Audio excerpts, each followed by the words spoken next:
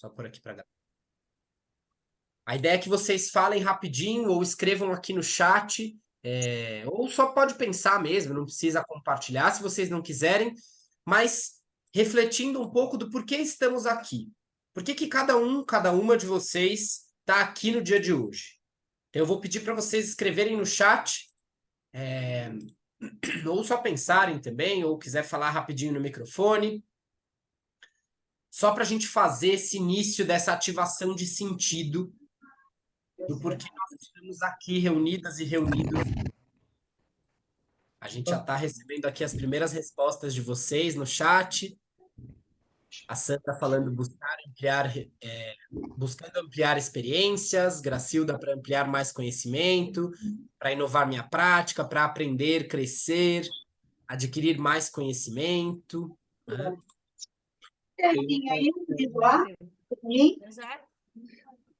Para melhorar a gestão. Agora não, né? Vou até colocar aqui. Para adquirir mais conhecimentos, pelo compromisso que assumi, principalmente em busca de aprimoramento. Boa, Maria Alice. Fazer o melhor trabalho sempre que possível. Muito bem. Buscar mais conhecimento, porque me interesso muito pelo assunto equidade. Porque estamos aqui. Para crescer mais profissionalmente. Muito bom, gente. Para aprender e melhorar o meu entorno, melhorar minha prática e chegar a uma educação cada vez melhor aos alunos.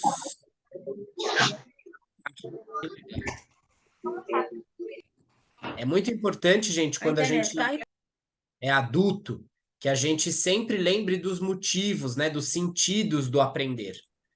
Né? Diferentemente da escola, que muitas vezes adolescente, né, vai só tendo ali as atividades e às vezes não vê muito sentido.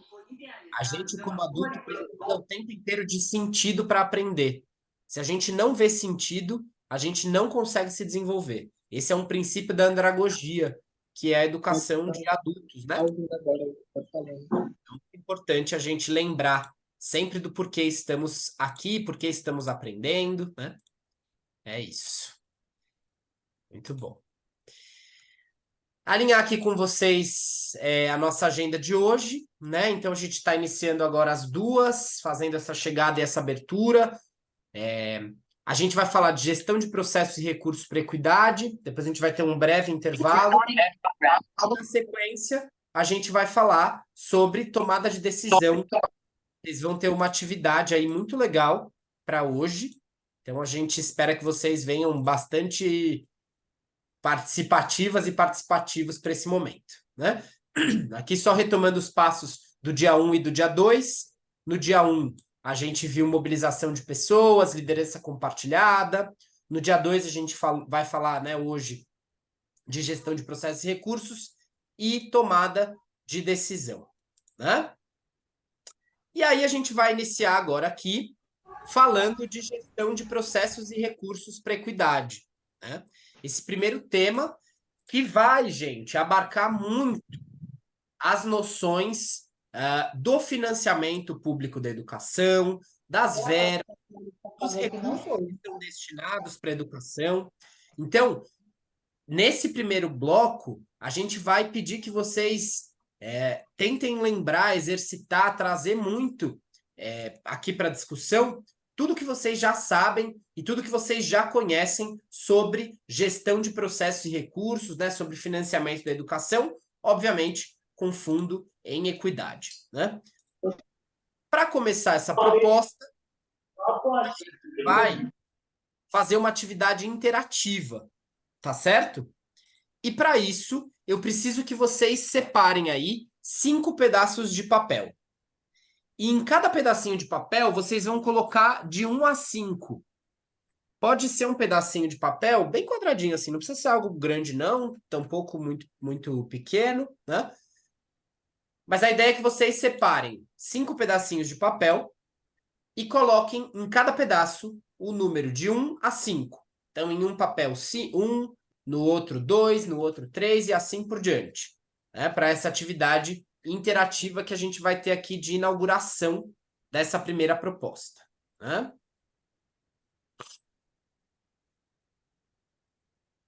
Então, coloquem aí.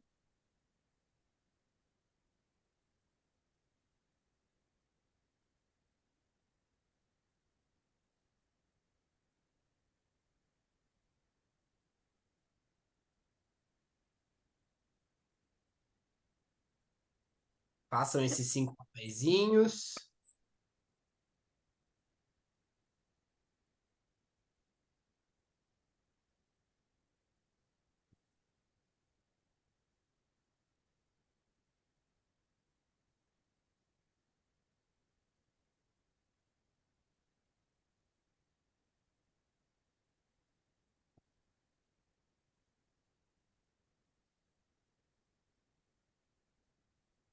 E aí, de 1 a 5, esses papeizinhos. Vou até parar aqui de compartilhar minha tela, porque eu vou querer ver vocês Deixa aqui, tá quente.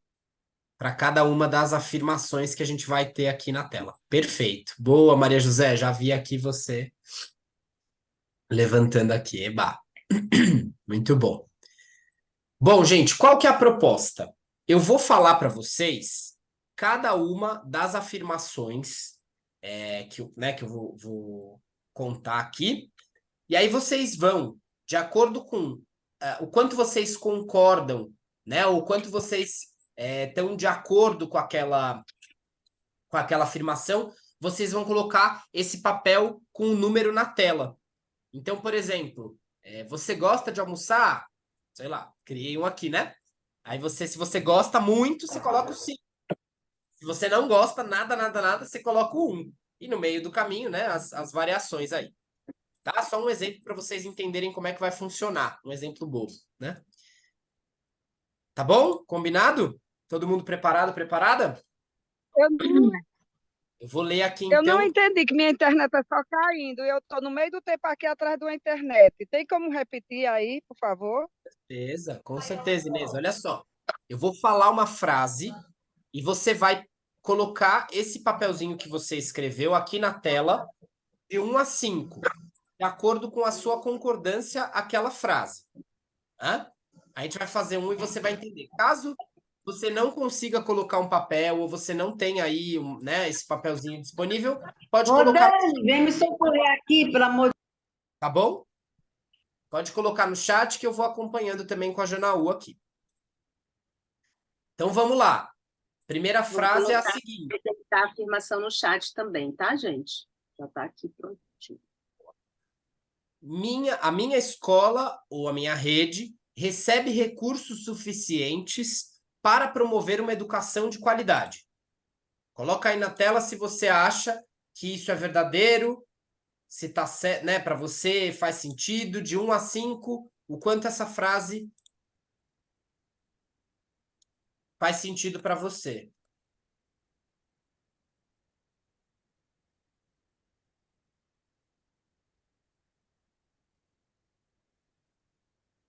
Ótimo. Já estamos recebendo aqui as primeiras respostas. 5, 5, 2, 4. Deixa eu ver na tela. Coloca aqui na tela também. Deixa eu ver na tela de vocês. Ah, boa, Adriana, já vi ali. 5, 3, Daniele. Boa, 4, Miris. Amanda. 3. Boa. Essa é bem variada, né? 2, 3. Essa daí pega bastante resposta, né? Vamos para a próxima? Olha só, próxima afirmação. De 1 a 5, quanto vocês concordam com essa afirmação? Sei de onde vêm os recursos destinados para minha escola ou rede. De 1 a 5, quanto você concorda, quanto você acha que faz sentido aí para você? Deixa eu ver, Maria Alice. 5. Maria Alice está sabendo de tudo. Daniele, 4. Girlene, 5. Cláudia, 5 também. Gabriele, 5 também. Boa, 5. Nossa, gente, vocês são sabidas, hein? Sabidas e sabidos. A galera tá sabendo de onde vêm os recursos aí. Que bom, isso é importante para vocês, né? Saber de onde é que chega esses valores de investimento, né? Muito bom. Deixa eu ver aqui no chat também. Ó, o pessoal manja. 5, 4, 4, 5, 5. Nota só de 4 a 5, pouca variação. Legal. Muito bem. Vamos para a próxima e última? Olha só. Participo ativamente do encaminhamento dos recursos para as devidas necessidades de minha escola ou rede.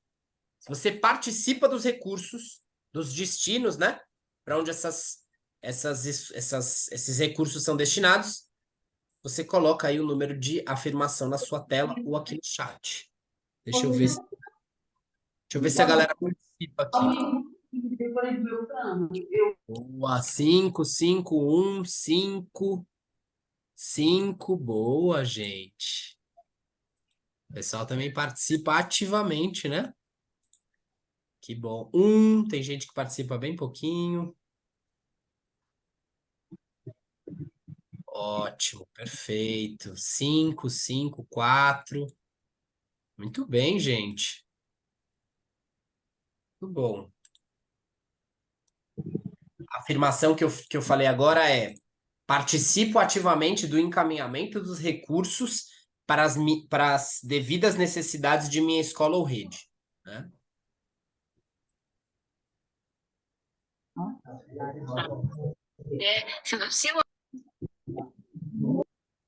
Perfeito. Muito bem, acho que deu para aquecer aí, né? Com esses primeiros conhecimentos de vocês, ativando aí as experiências, as ideias sobre gestão de recursos. A gente vai seguir aqui, então, o nosso dia, depois de ter feito a tomada. E aí, pessoal, eu vou apresentar para vocês aqui na tela um esquema. Vou trazer uma outra pergunta também, que é: o quanto esse esquema que está aí na tela é familiar para vocês? Quem consegue, de repente, explicar ou contar um pouco do que está aí na tela para vocês?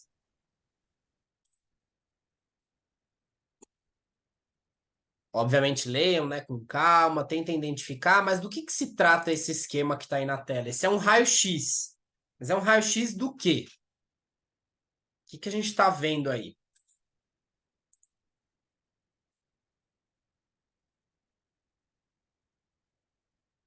Quem consegue explicar aqui para os colegas do que se trata esse raio-x aí? Tributos, né?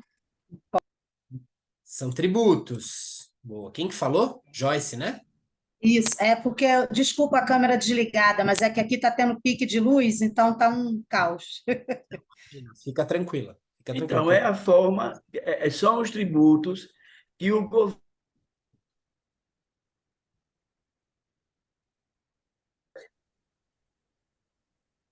A Receita Tributária, ISS e IPTU. Vai lá para a conta corrente e a transferência dos estados e da União, quanto vai para o Fundeb.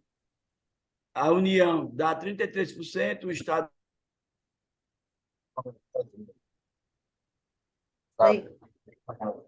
Vai para o Fundeb, Fundo da Educação Básica. Mais ou menos isso, pode ser?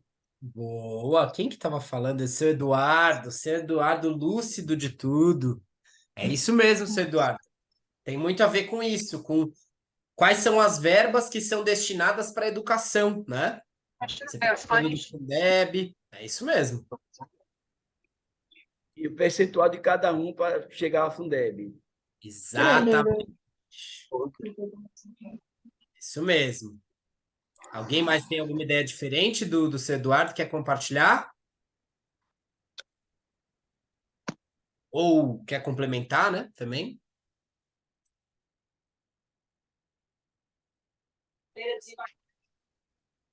Tudo certo? Então, só explicando aqui rapidinho para vocês esse esquema, né? Como a gente estava falando, teve uma colega também que falou de tributos. Esse esquema, pessoal, ele tem a ver com uma receita corrente, que é o que está aparecendo aí na tela para vocês, aqui na parte superior, essa aqui. Opa, deixa eu só fazer aqui melhor. Ó, essa receita corrente aqui. E embaixo dela tem todas as formas que concentram aqui, que formam, né, essa receita corrente. Do lado esquerdo, a gente tem a receita tributária, que é composta pelo ISS, que está aqui, e pelo IPTU. Né? Esses dois valores vão formar aqui a nossa receita tributária, e essa receita tributária forma a receita corrente. A gente também tem as transferências, né, que vem da União, do Fundeb e do Estado, né, aqui nessas três partes na direita, né, que também vão formar a receita corrente lá no final. Né? Então, a gente tem essas formas aí de investimento da educação, né, que vocês já, o Eduardo também explicou aqui, a colega também falou, é isso mesmo. Então, tá tudo desenhado aí para vocês. Para a gente poder aprofundar um pouco mais essa discussão, a gente vai ver esse vídeo que vai aparecer aí na tela para vocês já, aqui. Que foi de uma sessão temática que a gente teve sobre gestão de processos e recursos com foco em equidade, e a gente recebeu o Gabriel Correia, que é diretor de políticas públicas do Todos pela Educação, e ele conta um pouco essas formas de financiamento da educação. Então, vamos assistir rapidinho o vídeo, tem 8 minutinhos, é super rápido, e ele vai explicar, vai fazer todo esse panorama para a gente de como é que vem essa verba, né? Como é que essa verba chega para vocês, e isso é importante para que vocês se apropriem, né? Para que vocês saibam. Façam anotações durante a fala do Gabriel, dos principais pontos, porque depois a gente vai falar sobre eles aqui. Combinado? Então, vou dar play aqui para a gente assistir juntas e juntos. Diferentes falas. Combinei aqui com a Rita e com o Roger, o que eu vou trazer para vocês são algumas políticas nacionais que existem no Brasil, especialmente de financiamento da educação, que visam e que buscam a equidade, né? Reduzir as desigualdades de recursos que a gente tem entre redes de ensino, entre secretarias de educação no Brasil. Então, vou falar de alguns temas aqui, de 5 principais políticas nessa minha fala inicial. A primeira delas, e a principal, é uma que, sem dúvida, vocês já ouviram falar, é o Fundeb. É o Fundo Nacional de Desenvolvimento da Educação e de Valorização dos Profissionais de Educação, no magistério. Mas ele é um fundo que busca equalizar, distribuir recursos financeiros entre os entes da federação, ou seja, entre a União, os estados e os municípios. Então, a gente sabe que todos os estados e municípios têm uma parcela da sua receita que precisam investir em educação. 25%, isso diz a Constituição, precisa ser investido em manutenção e desenvolvimento do ensino. Só que se ficássemos por aí, os municípios mais ricos teriam 25% da sua receita, que seria muito recurso, e os municípios mais pobres praticamente não teriam recurso para fazer a gestão educacional. E daí surgiu o Fundef, que depois evoluiu para o Fundeb em 2007, e agora tem um novo Fundeb em 2020, mas cujo princípio é parecido. Essa política foi sendo continuada e aprimorada, como devem ser as políticas educacionais, cujo princípio dele é, vamos pegar uma parcela dessas receitas que vai para a educação, mas em vez de ficar em cada município ou em cada estado, vamos colocar num fundo maior redistributivo, que é o Fundeb, para as secretarias de municípios mais pobres poderem receber mais recursos do que teriam se só contassem com seus impostos ali municipais ou de transferências do Estado. Então, o Fundeb foi criado e é um mecanismo de referência internacional que vale a pena depois conhecer os detalhes para fazer essa redistribuição de recursos em prol dos entes federados, em prol dos municípios e estados mais pobres, que se não fosse ele, né, teriam muito menos recursos para investir em educação. Então, o Fundeb tem 3 grandes partes que são muito redistributivos. A primeira parte é quando os municípios e o governo estadual de uma determinada unidade da federação, de um determinado estado, enviam os recursos para o Fundeb daquele estado. Então, não tem repasse de recursos entre unidades da federação. Então, municípios e estados daquele estado passam e montam, constituem o Fundeb daquele estado, e esse valor é redistribuído considerando o número de matrículas. Então, os municípios mais pobres, que têm pouca arrecadação, recebem mais recursos do Fundeb e conseguem ter mais condições de fazer a gestão educacional. Então, tem uma primeira parte do Fundeb que nem tem a ver com o governo federal. É só dentro de cada estado essa arrecadação própria dos municípios e do governo estadual, que é depois redistribuída pelo número de matrículas, seguindo algumas ponderações, que eu não vou entrar aqui no detalhe, mas é distribuído pelo número de matrículas e ajuda a equalizar o financiamento educacional naquele território, naquela unidade da federação. Então, essa é uma primeira parte importante do Fundeb. Tem uma segunda parte do Fundeb, que já vou colocar o governo federal, que é a complementação da União. Vocês já devem ter ouvido, muitos de vocês já devem ter ouvido esse termo, que é o quanto que o governo federal precisa colocar, investir de recursos no Fundeb. E existe uma parcela desse recurso, da complementação da União, que o governo federal olha para os estados, né, para as unidades da federação, que estão com menos recursos depois dessa distribuição que é feita, que eu falei na minha parte 1. Então, o governo federal olha para os estados, vê quem ficou com menos recursos por aluno e envia recursos da complementação para esses estados que ficaram com menos recursos. Os estados recebem isso e repassam, né, o governo estadual e os governos municipais recebem esse recurso nessas unidades da federação que ficaram com valor por aluno menor. Então, tem essa outra parte, que é a complementação da União, com uma visão por unidade da federação, olhando aquelas que têm um valor por aluno mais baixo, o governo federal entra com uma parte da complementação. E tem uma terceira, que eu acho o principal mecanismo do governo federal de redistribuição de recursos, que não é um olhar por estado, por unidade da federação, é um olhar para cada rede de ensino, para cada município. Então, olha tanto para os recursos do Fundeb, mas para todos os recursos que aquele município, aquela secretaria tem disponíveis para a educação, e ranqueia o Brasil inteiro. Quais municípios têm mais recursos, até os municípios que têm menos recursos para investir por aluno no ano, que é o VAT, Valor Aluno Ano Total. Alguns de vocês já podem ter ouvido falar nisso. Quando você faz esse ranking, né, essa ordem do município que tem maior valor por aluno até o município que tem menor valor por aluno, considerando redes estaduais também, então é por rede de ensino, o governo federal vai e complementa, dá mais recursos para aquelas redes de ensino que ficaram lá na nossa ordenação com menor valor por aluno ano. Então, o governo federal vai e complementa esses municípios para tentar elevar o valor que eles têm por aluno. O Fundeb é uma política que nasceu em 1996, foi aprimorada em 2007 e ampliada, e agora aprimorada em 2020, e é uma política constitucional, está na Constituição Federal de 88, e é o principal mecanismo redistributivo de recursos entre governo federal, entre estados e municípios. Então, esse é um primeiro elemento muito importante que eu queria frisar, porque é o principal mecanismo redistributivo de recursos financeiros na educação. Tem um segundo, que é o salário-educação. O salário-educação é uma contribuição social que as empresas fazem. Então, empresas, a partir de certo tamanho, precisam fazer uma contribuição todo ano, né? Na verdade, ela é arrecadada mensalmente, a depender da folha salarial. Ou seja, qual que é a folha de pagamentos daquela empresa? A partir desse montante, tem uma contribuiçãozinha, um percentual, que é o salário-educação.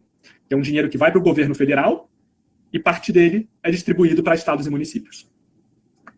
Até esse ano, está valendo uma regra do salário-educação em que o primeiro você olha para qual estado em que se deu aquela arrecadação de recursos para depois redistribuir o dinheiro. Ou seja, o estado de São Paulo, de onde eu estou, é um estado que tem uma atividade econômica muito forte. Então ele arrecada muito do salário-educação, então muito do salário-educação vem para São Paulo.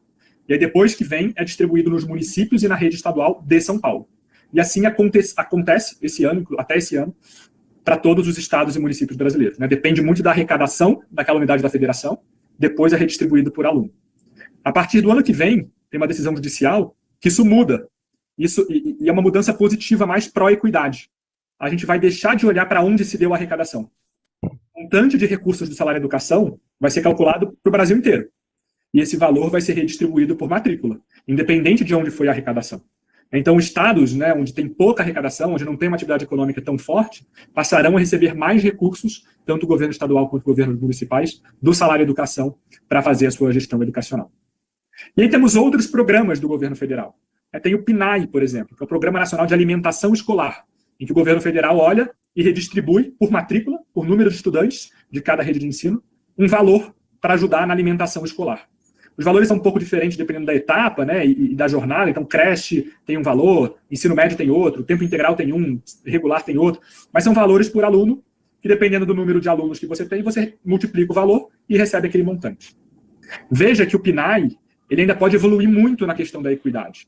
Assim como o Fundeb, o próprio salário-educação, mas o PNAE não leva em conta se o município atende muitas crianças que estão na extrema pobreza ou na pobreza, ou eventualmente se o município já tem muito dinheiro e nem precisa tanto daquela complementação, talvez a gente pudesse redirecionar mais dinheiro para aqueles municípios que têm continuam com valor por aluno, continuam com um montante de recursos ainda muito baixo para fazer gestão educacional.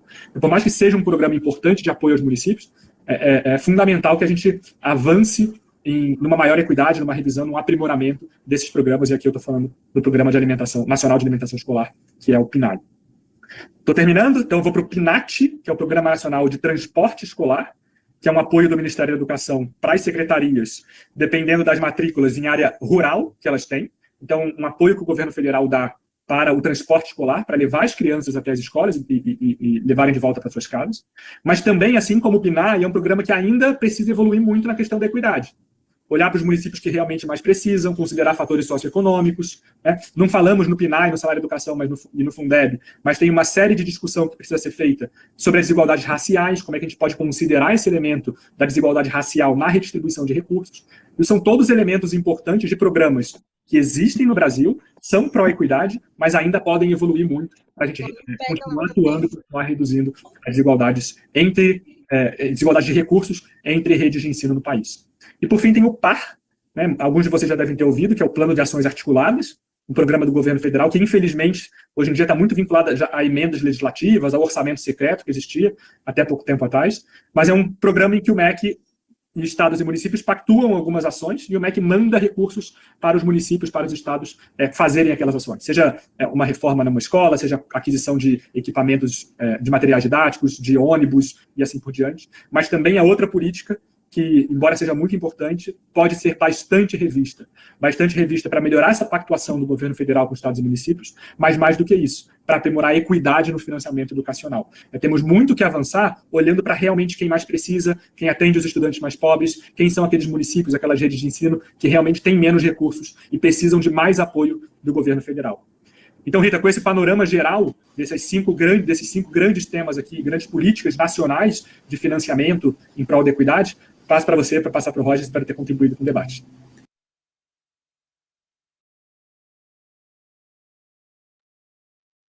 Boa, gente.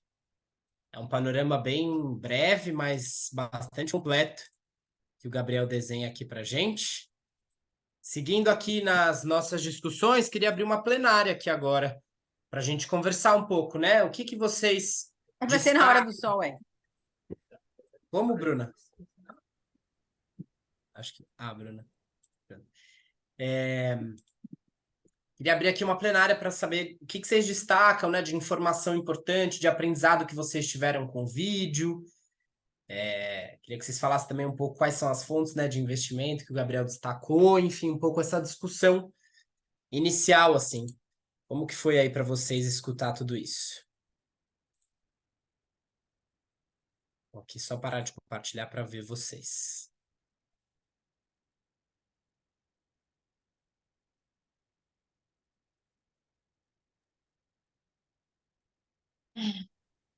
Igor, não estou conseguindo erguer a mãozinha aqui, mas eu posso dar uma palavrinha?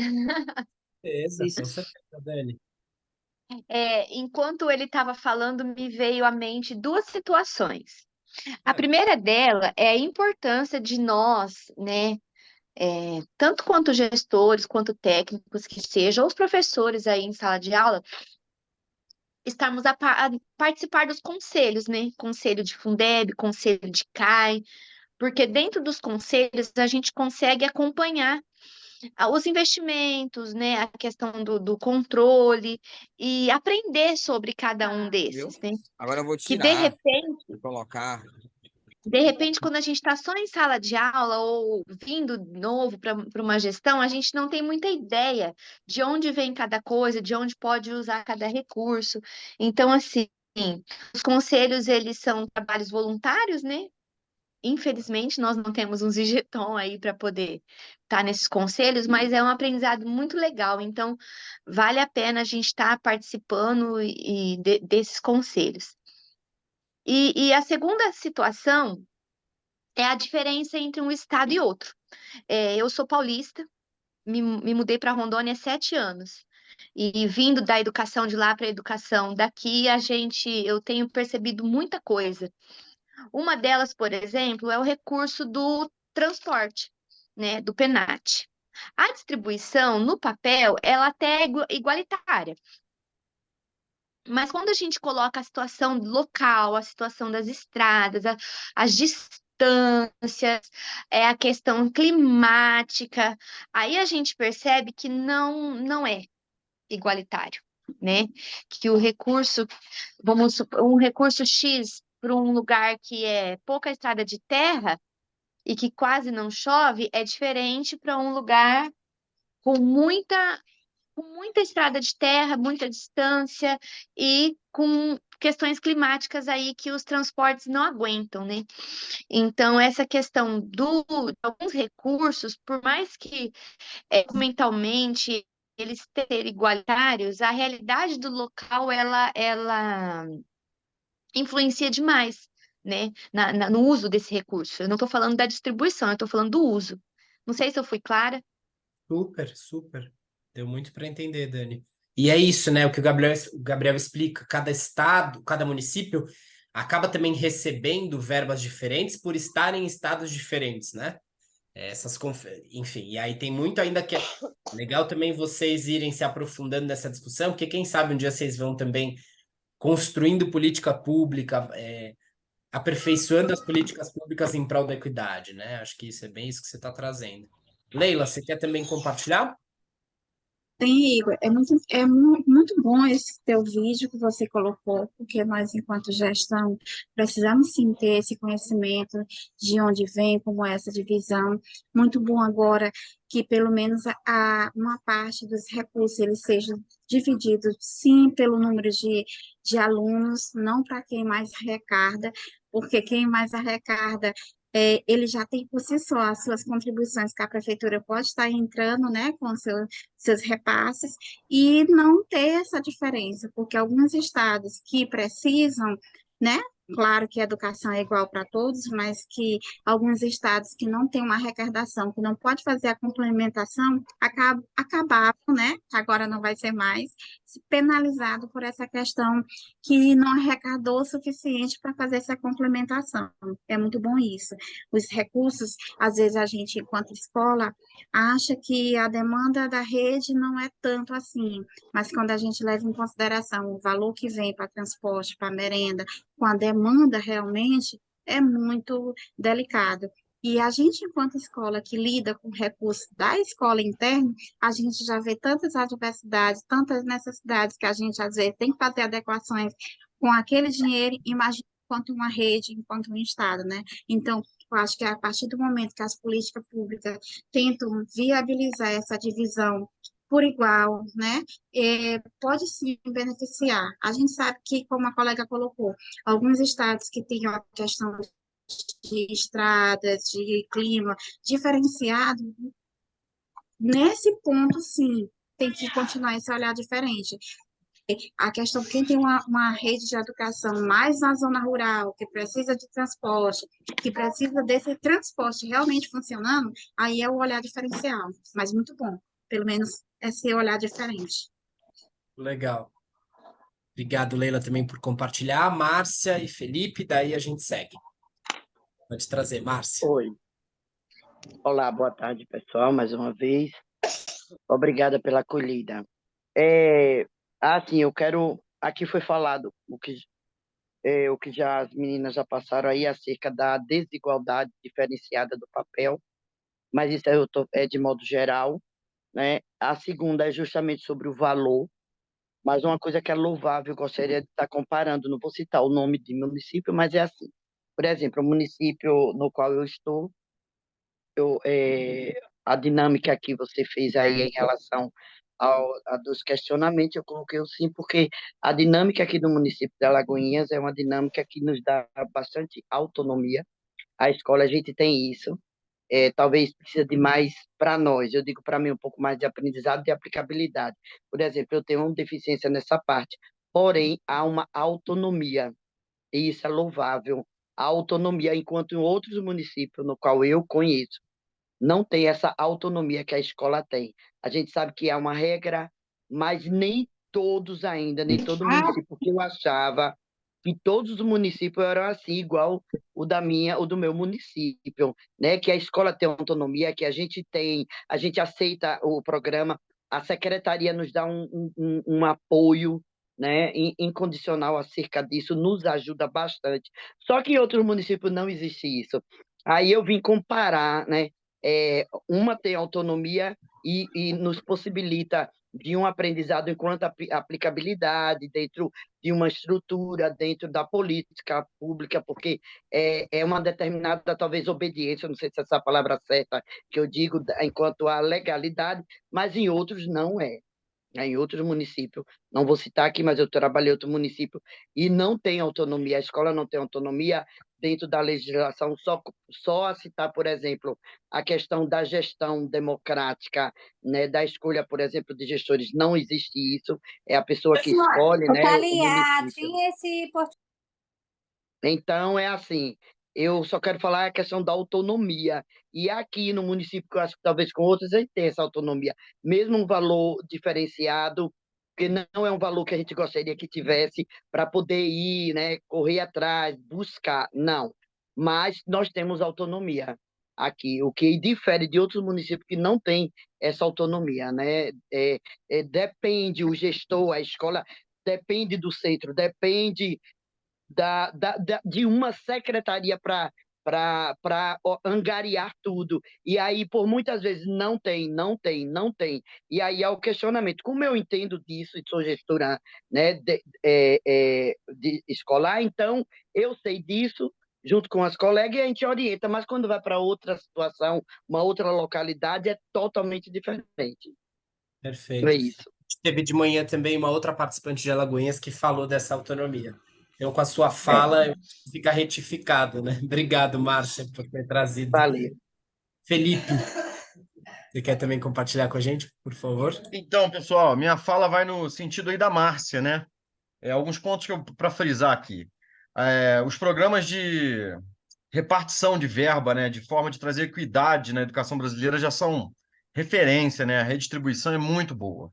E aonde que essa redistribuição não alcança? Nos municípios, nos pequenos municípios que ainda têm prefeitos coronelistas. Graças a Deus, aqui na nossa cidade, a gente não tem muito que reclamar, porque assim como a Márcia falou de Lagoinhas, a gente tem aqui um programa de gestão descentralizada de recursos da educação municipal, criada pelo atual prefeito e mantida por ele, até renovada agora com a melhora dessa verba. Então, a gente tem bastante autonomia, na nossa escola não falta nada, não falta papel higiênico, não falta produto de limpeza, e mesmo a parte que não vem de manutenção mensal, a gente pode pedir por fora, a gente tem uma associação de pais, professores, né? Um conselho fiscal que responde por essa prestação de contas, né? Tudo muito bem feito diante do que o MEC recomenda. E porque se você parar para olhar a nível de municípios no Brasil, mais de 60% não tem um programa de gestão descentralizada de recursos da educação, se isso foi fomentado por MEC há mais de 15 anos, sabe?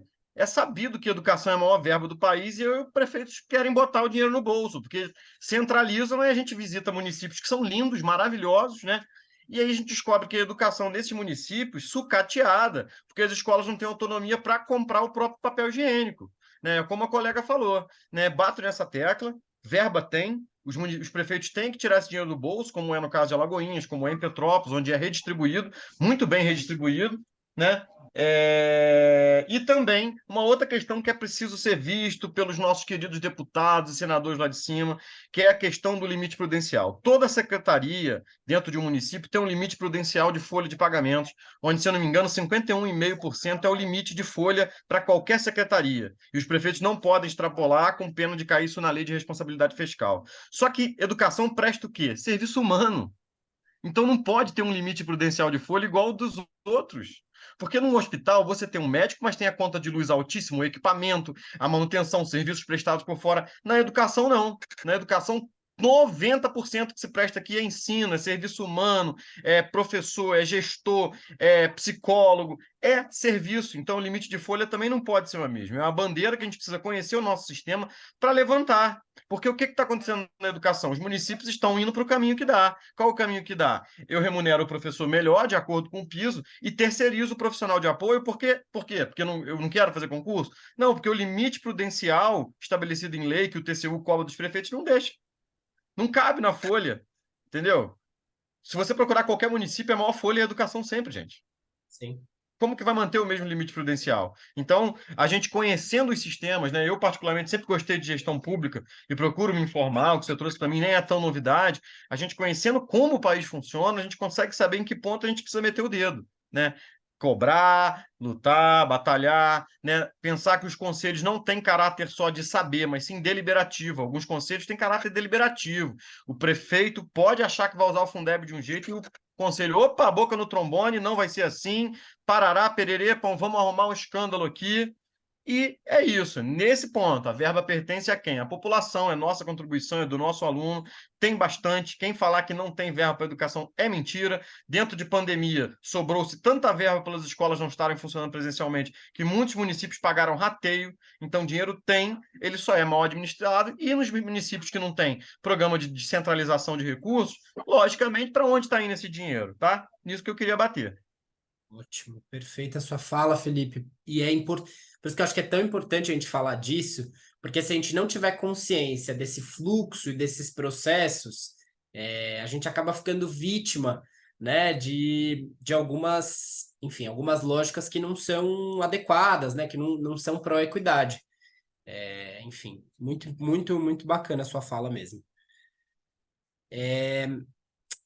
E o Dene e Leide, vocês querem trazer rapidinho uma fala para a gente poder seguir? Porque a gente vai ter outros momentos de troca também. Ou não sei se vocês já estão contempladas. Rapidinho aqui, só uma contribuição. Né? Achei muito importante a fala do Felipe, viu? Engrandeceu bastante. Só para aqui, realmente, assim, todos os programas, né, como o INEP, o MEC, ele, né, tem toda essa situação. E, assim, tem vários programas, não é isso? Todas as escolas têm programas.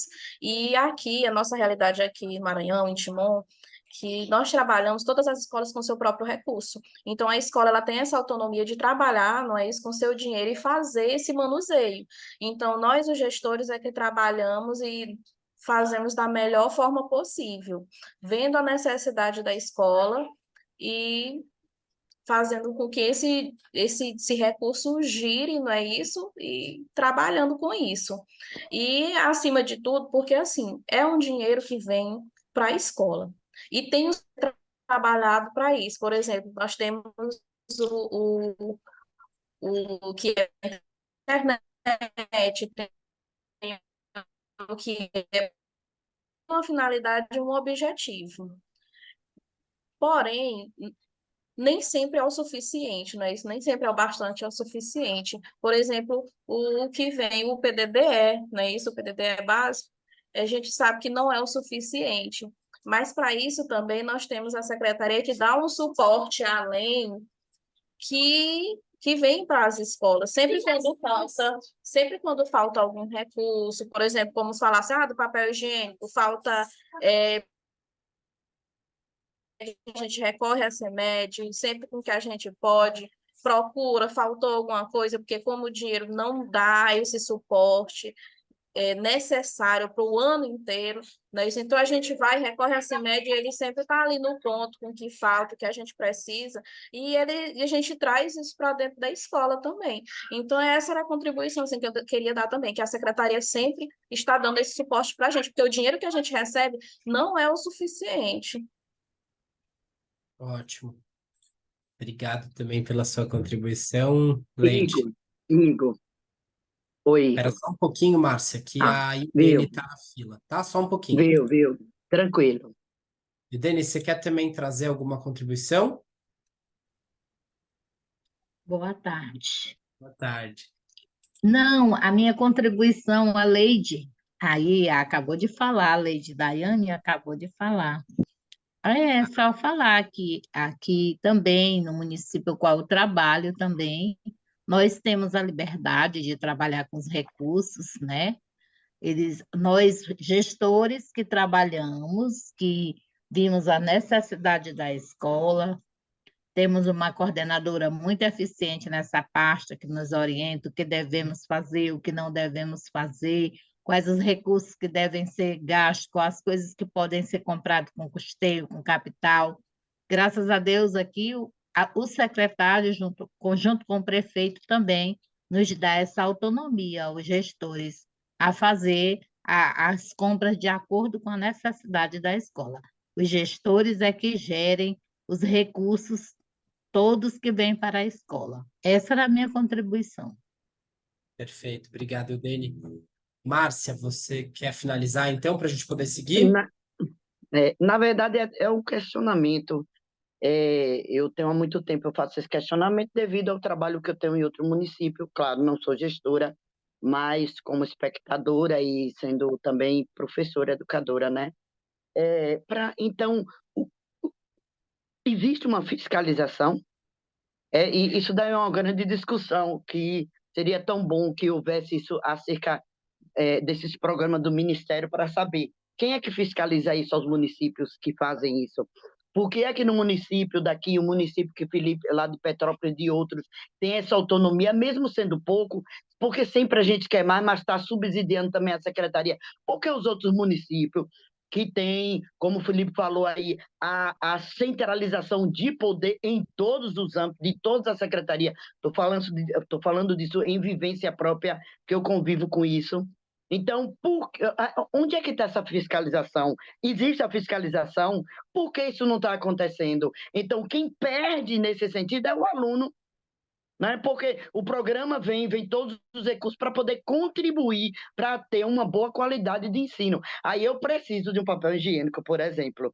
Em outra escola, eu sou professora, eu não sou gestora. Então, eu fico assim meio inquietante. Eu não sei se tem colegas meus que também trabalham em outro município que tem essa centralização que essa daqui, o nosso, por exemplo, o meu não tem. Aí eu fico assim, poxa, se eu fosse, é assim que eu fico discutindo com as colegas, se eu fosse gestora, eu estaria lá, eu iria discutir por que isso está acontecendo. Por que eu preciso de um papel higiênico, até de um piloto? Eu preciso ir lá na secretaria, numa distância, porque a minha é comunidade rural, para ir pegar um piloto e chega lá e não tem. Onde é que está essa fiscalização? Como é que é possível fazer, assim, contribuir, não estou falando de denúncia, mas contribuir para que esse mesmo município que nós trabalhamos aqui, com Alagoinhas e com outros municípios que estão aí, por que esses que estão tendo controle e que está prejudicando a escola, está prejudicando o próprio município? Onde é que está a verba? Porque chega. Como é que está indo esse respaldo dessa verba? Essa escrita, está tudo perfeito, mas não está recebendo. Então, o total é uma pergunta que fica no ar. Cadê? Sim. Como é que faz, né? Eu vou trazer aqui, Márcia, pegando esse gancho que você está falando, muito boa a sua fala nesse sentido, porque eu acho que vai amarrar bastante com a próxima temática, que a gente precisa investir em alguns passos para garantir a gestão desses processos, né? E obviamente, dos recursos, sim, para a equidade, mas também para essa organização, para o bem fluir dessas verbas e desses recursos, né, que tem que ser destinado para o desenvolvimento integral dos nossos estudantes, né? Então, eu vou apresentar aqui 4 ações que a gente, resumindo, entende que são ações, obviamente, a partir de estudos aqui de políticas públicas, né, que são ações primordiais quando a gente fala de gestão desses processos e, obviamente, dos recursos, né? E aí fica o convite para que vocês também pensem o que vocês já fazem. Muito do que eu vou falar aqui, vocês já fazem, né? Já implementam por aí, já vivem. Nas falas de vocês já fica muito evidente. Mas fica o convite para você ampliar, de repente perceber qual passo tem mais desenvolvido, qual tem menos e assim por diante, né? Esses passos que eu vou apresentar aqui, eles não necessariamente seguem uma ordem de primeiro, segundo e terceiro, né? Do tipo, eu preciso, quando ter mais gestão de recursos, eu preciso fazer isso primeiro para depois fazer isso, depois isso. Não, né? Esses passos podem acontecer simultaneamente, podem ser priorizados, mas são ações importantes que vocês, lideranças educacionais, precisam ter no horizonte para gerir os recursos aí de vocês e construir processos que façam sentido para a equidade. O primeiro deles, que a gente costuma trabalhar, é a ideia de que precisa estar claro para toda a equipe da onde vem o dinheiro da educação. Ou seja, vocês precisam, enquanto lideranças educacionais, apresentar as formas de arrecadação desses recursos e compartilhar os conhecimentos com a equipe, né? Quer dizer, o corpo docente sabe de onde vêm esses recursos, né? Os estudantes sabem de onde vem esse recurso, né? A coordenação, tá claro para todo mundo os processos, né? Que funcionam, que giram em torno dos recursos destinados à educação. Aqui a gente traz esse esquema de mapa mental que pode ajudar muito vocês a construírem essa apresentação para toda a comunidade, né? Para deixar todo mundo ciente dessas verbas e desses recursos que são destinados à escola e, obviamente, dos processos que, quando eu falo escola, sempre entendam escola e rede, né? Rede municipal. Mas para deixar todo mundo na mesma página dessa discussão, né? Isso é bem importante. Tem uma outra coisa aqui nesse mapa mental que eu faço questão de destacar, que é só um mapa mental, né, de trazendo algumas ações, algumas perguntas, né, que são importantes quando a gente vai pensar essa apresentação desses recursos para toda a equipe, né? Mas tem aí nesse segundo passo, na oportunidade VAR, eu não sei se todo mundo conhece, né? Quem já conhece quiser também complementar, ou enfim, quem ainda não conhece, usar essa oportunidade para conhecer, né? Mas depois do novo Fundeb, a gente tem 5 condicionantes que foram propostas para que a escola ou a rede receba mais recursos que podem ser destinados também ao desenvolvimento integral, né, da educação e dos estudantes. Essas 5 condicionantes estão destacadas aí abaixo, vou até pôr uma seta aqui, né, que são, por exemplo, né, gestores escolares a partir de critérios técnicos, né? Caso a rede, a escola tenha gestores escolares a partir de alguns critérios lá que são descritos do ponto de vista técnico, a escola, a rede ganha mais recurso, né? Pelo menos 80% dos estudantes em exames nacionais, isso também gera uma outra verba, né? Redução das desigualdades nos exames nacionais gera uma outra verba. Regime de colaboração Estado-município, né? Eu vou pegar o exemplo de Alagoinhas, na Bahia, né? Se Alagoinhas tem um bom regime de colaboração com o Estado da Bahia, isso também vai gerar novos recursos, né? Recursos extras para a escola, para a rede, né? Alinhamento com a BNCC, que é algo simples, é algo muito fácil de fazer, fácil no sentido de já está posto, né? Está lá postulado, tem força de lei, né? Mas, obviamente, tem os seus desafios de se aplicar em sua escola, mas esse alinhamento com a BNCC também garante um novo recurso. Então, observar essas questões do VAR podem ampliar as discussões de vocês. Acho que o mais importante que a gente tem nesse passo aqui é, vocês terem bastante ciência de como é que os recursos chegam à escola e à rede, da onde eles estão vindo, né? E de que maneira vocês processam isso dentro do espaço de vocês, dentro da escola, dentro do município, né? Esse é o passo 1. Passo 2, ser uma liderança inspiradora para a resolução de problemas complexos, né? Quando a gente fala, obviamente, de problemas complexos, muito provavelmente vocês podem lembrar aí da matriz de Sinefin, né? Que era aquela matriz que a gente trabalhou no encontro anterior, na sessão vivência anterior, que categorizava os diferentes tipos de problemas, né? Quando a gente fala de problemas complexos, ela está aí no canto esquerdo superior, né? São problemas que a gente já viu lá, são mais imprevisíveis, as causas são múltiplas, né? São problemas mais complexos, como diz o termo, né? De se resolver. E ser uma liderança inspiradora ajuda muito na resolução desses problemas. Não é à toa que a gente lista aí no canto esquerdo também algumas características que vão definir uma liderança inspiradora. Ou seja, postura ética, né? Era aquilo que o Felipe comentava de saber destinar as verbas da educação à educação sem nenhum tipo de desvio no caminho, né? Liderar pelo exemplo, demonstrar credibilidade, construir boas relações, transparência, confiança mútua, ou seja, essa discussão de ser uma liderança inspiradora para a resolução de problemas complexos pode ser definida nessa frase do Ralph Waldo, que é um economista, né, que ele diz: as suas atitudes falam tão alto que eu não consigo ouvir o que você diz. Né? E essa frase, ela exatamente traz essa ideia de uma liderança inspiradora, através do seu exemplo, vai contagiar o máximo de pessoas possíveis, né? E vocês dentro da rede, dentro da escola de vocês, tem muito dessa liderança também inspiradora aí no desempenho de vocês, né? Aqui a gente também traz esse passo terceiro, que fala sobre adotar uma transparência como caminho para lidar com os dilemas da gestão de recursos para a equidade, né? Veja, quando a gente fala de financiamento da educação, é muito comum que venham dilemas, questões, conflitos, né? Justamente porque a gente envolve algo que é poder, né? Que é dinheiro, e dinheiro público, né? Além de ser só financeiro, né? Tem um financiamento que é público, ou seja, é um dinheiro coletivo, né? Um investimento que ele parte de cada um, de cada uma que está inserido ali no contexto social. E nesse sentido, adotar estratégias de transparência da gestão dos recursos é algo muito válido.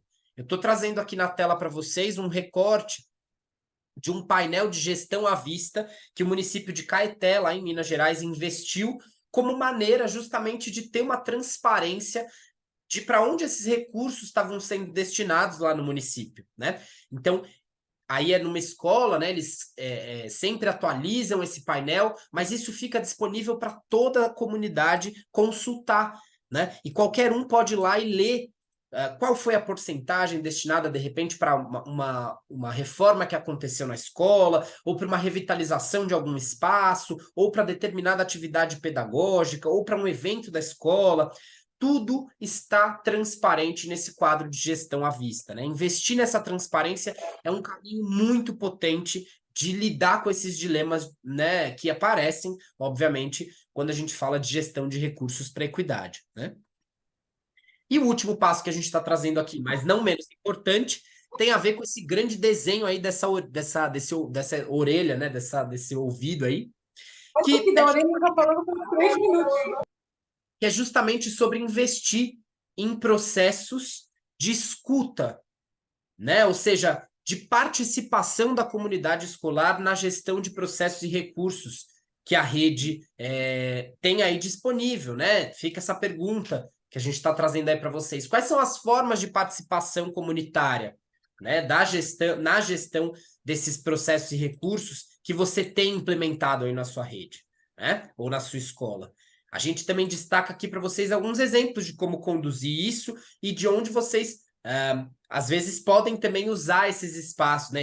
Muitas vezes já usam esses espaços de participação coletiva como forma de engajamento comunitário, né? Enfim, na direção da gestão dos processos e recursos, né?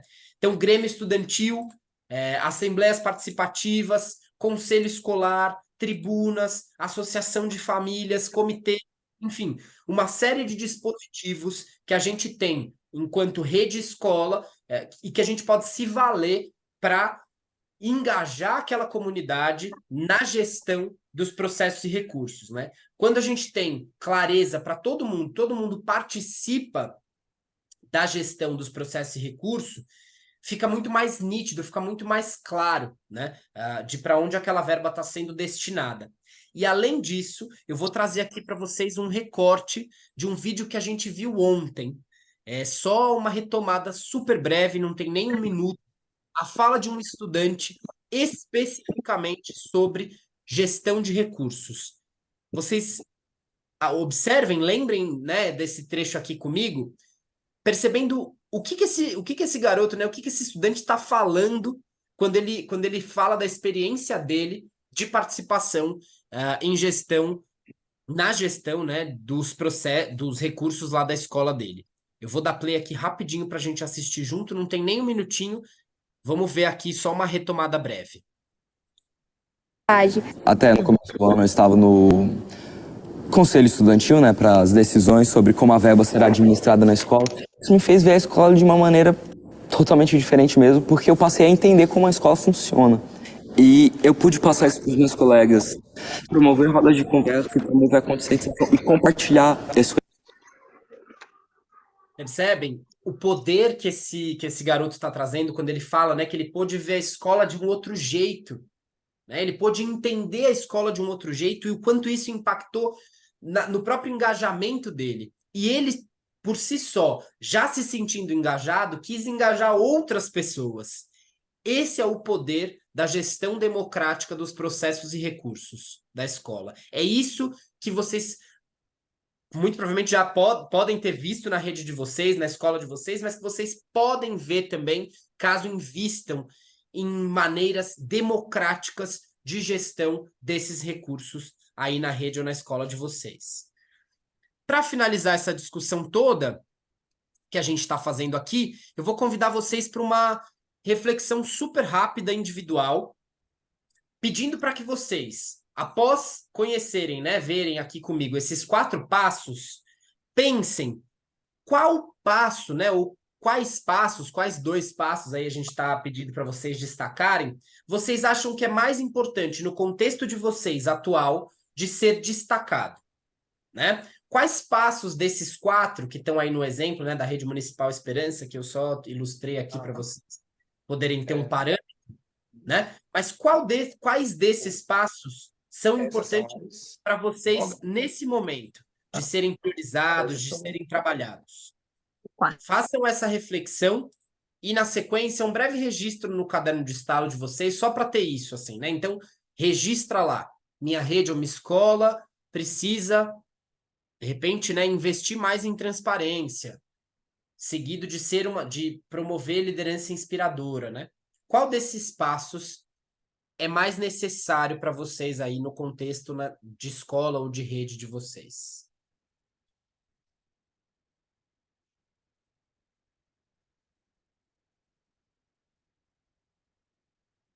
Registrem aí, a gente já retoma aqui.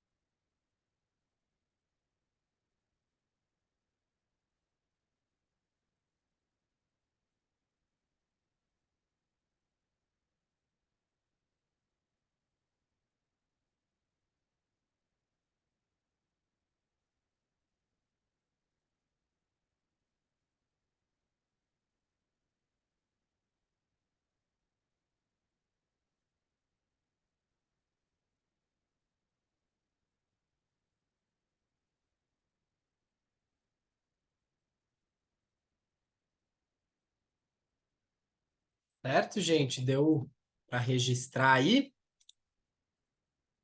no caderno de vocês de estalos. Ótimo.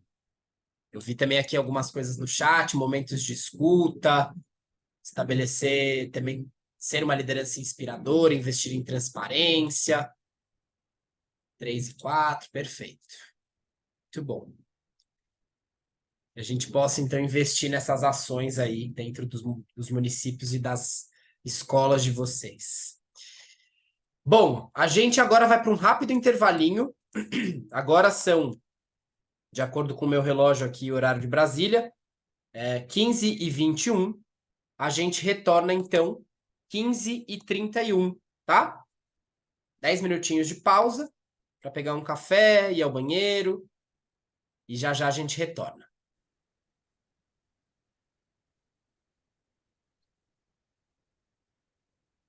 Achar meus trem aqui. Se precisar de ajuda para compartilhar, já não me avisa. Tá. Aqui. Não, mas tá de boa. Vou botar aqui na apresentação. Gente, então vamos lá. Tranquilo, Miceia. O importante é vocês chegarem. Vou apresentar aqui. Então, seguinte. A gente vai seguir aqui. E agora a gente vai falar sobre tomada de decisão. né? Então, nosso objetivo agora é analisar um contexto educacional fictício e desenhar um processo de aplicação dos recursos. Então, agora a gente vai para aquele momento que a gente sempre tem nas vivências, nas formações, que é botar a mão na massa, né? Então, vocês vão poder agora exercitar um pouco, né, dessas discussões de hoje, um pouco das questões que a gente trabalhou no dia de ontem. Ups, passou demais.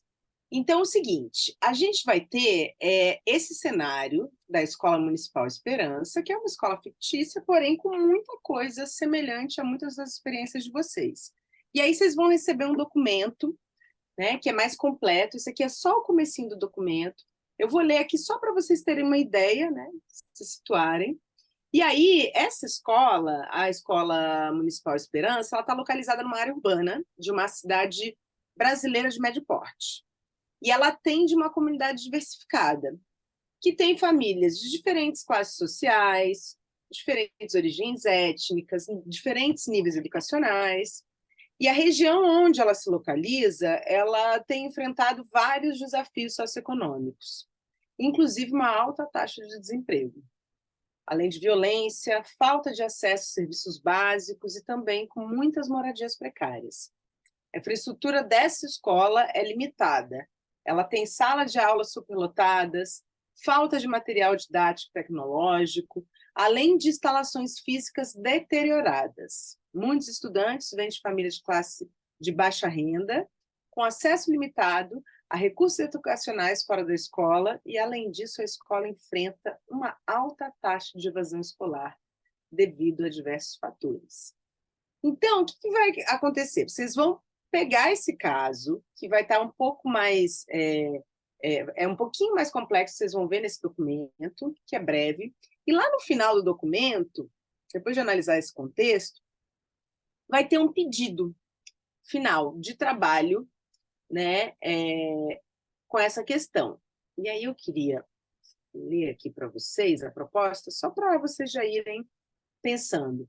Qual que vai ser o desafio de vocês? Vocês vão analisar, então, o contexto dessa escola, e aí vocês vão pensar em um processo de aplicação dos recursos para melhoria no ensino e promoção da equidade na escola, considerando a gestão democrática e o desenvolvimento integral dos estudantes e das estudantes. Então, pensa um pouquinho nesse percurso que a gente fez de ontem para hoje, nessa discussão que o Igor trabalhou aqui com vocês, agora na primeira parte do nosso encontro, né? Aproveita aí as experiências de muitos aí de vocês, a gente teve a fala de alguns professores que, né, estão super bem embasados, que trazem uma trajetória, e aí essa ideia. Eu queria pedir também que vocês destaquem alguém para fazer essa relatoria depois, porque a gente vai ter um tempo bom para vocês produzirem, então a gente tem 25 minutos para vocês discutirem, pensarem como vocês vão fazer essa aplicação, no sentido amplo, pensando como é que a gente vai desenvolver integralmente, né, as potências dessas pessoas, dessa comunidade, e aí a gente vai ter uma plenária também com um tempo bom para vocês trazerem, a gente ouvir um pouco dessa escola Esperança. O que vocês vão pensar para a Escola Municipal Esperança? Tá certo? A gente vai dividir vocês em grupos, renovando também o que a gente disse ontem. Se, porventura, você estiver num grupo que as pessoas não estão ativas, não estão falando por qualquer motivo que seja, volta para a sala principal, que a gente aloca você num outro grupo, tá? Quem também não puder, dentro desse grupo, falar por algum motivo, avisa os colegas, fala, olha, não estou aqui no carro, estou dando aula, estou fazendo outra coisa, não vou conseguir me comunicar, para a gente também poder cuidar desse espaço, tá certo? A gente vai dar umas passadinhas também aí, e aí é isso, a gente se vê daqui a pouquinho. Bom trabalho. Bom trabalho, gente. Se joguem lá, pensem com carinho, embarquem aí nessa dinâmica que ela vai ser sucesso. Depois a gente fala aqui como o Janaú conversou. Estou mandando vocês para as salas.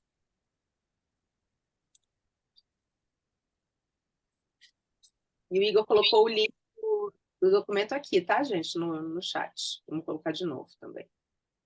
Mas aí eles já não recebem mais. Mas você colocou, né? Coloquei, mas não sei se todo mundo abriu. Gente, então, ó, vocês tiveram 25 minutos aí. Para Pensar. tanto dinheiro foi pouco tempo. Muito dinheiro. Muito dinheiro não tem problema, né? Olha, eu vou te falar, a gente faz render esse dinheiro, hein? Isso aí, né? Nunca vi tanto dinheiro assim. Oi, gente, então vamos lá. Olha Fiquei só. emocionada. A gente vai abrir para essa plenária, a gente vai ter um tempo bom para discutir. Vou só olhar esses áudios aqui vazando. A gente queria convidar vocês, assim, quem sentir de trazer, compartilhar, como é que foi, quais foram as propostas, né? E aí, assim, o que de repente não surgiu na fala do colega, traz para cá para a gente conseguir costurar direitinho. Pode falar, Felipe. E aí, só um minutinho, Felipe. Pedir para, como a gente tem um tempo longo e tem bastante gente, né? Essa discussão rende, eu vou pedir para vocês levantarem a mão para falar. Então, para quem ainda não sabe, porque, enfim, tem muitas funções do Zoom, na barrinha aí de baixo do Zoom de vocês, tem a opção reações. Se você clicar em reações, tem uma barrinha aí escrito levantar a mão. Então, vou até botar aqui, ó, levantei a mão. Então, aí, vocês podem levantar a mão e aí o próprio Zoom organiza uma fila à medida que as pessoas forem levantando a mão, tá bom? Eu acho que funciona melhor e a gente cuidar do tempo para todo mundo. Vamos lá, Felipe?